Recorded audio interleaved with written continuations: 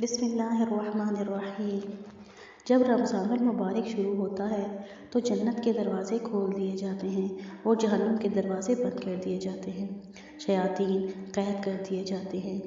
ہر شب کو ایک منادی پکارتا ہے، اے خیر کے چاہنے والے آگے بڑھ اور شر کا ارادہ کرنے والے پیچھے ہٹ۔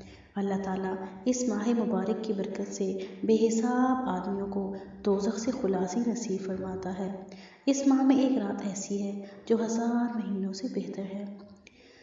نفل کام کا اجر فرض کے برابر اور فرض کا ثواب 70 فرضوں کے بقدر ادا کیا جاتا ہے۔ اس مہینے کو صبر و غمخواری کا مہینہ قرار دیا گیا ہے۔ اس ماہ میں مومن کا رزق بڑھا دیا جاتا ہے۔ اس مہینے کا عشرہ اول رحمت، عشرہ ثانی مغفرت اور عشرہ آخر دوزخ سے چھٹکارے کا ذریعہ ہے۔ بسم اللہ الرحمن الرحیم۔ رمضان المبارک کا پہلا عشرہ رحمت ہے، اس لیے ہمیں پہلے عشرے میں رحمت کی دعا مانگنی چاہیے۔ اور وہ دعا کون سی ہے؟ رب اغفر وارحم وانت خیر الراحمین۔ رب اغفر وارحم وانت خیر الراحمین۔ اے ہمارے رب، مجھے بخش دے، مجھ پر رحم فرما، تو سب سے بہتر رحم فرمانے والا ہے۔ بسم اللہ الرحمن الرحیم۔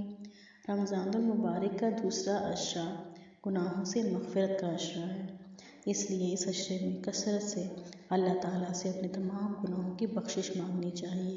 اس کے لیے بھی ایک مخصوص دعا ہے، اور وہ دعا کون سی ہے؟ استغفر اللہ ربی من کل ذنب واتوب الیہ۔ استغفر اللہ ربی من کل ذنب واتوب الیہ۔ استغفر اللہ ربی من کل ذنب واتوب الیہ۔ میں اللہ سے تمام گناہوں کی بخشش مانگتا ہوں جو میرا رب ہے، اور اس کی طرف رجوع کرتا ہوں۔ بسم اللہ الرحمن الرحیم۔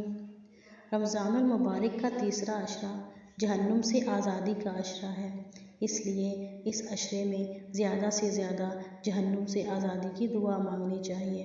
اس سلسلے میں بھی کافی دعائیں ہیں۔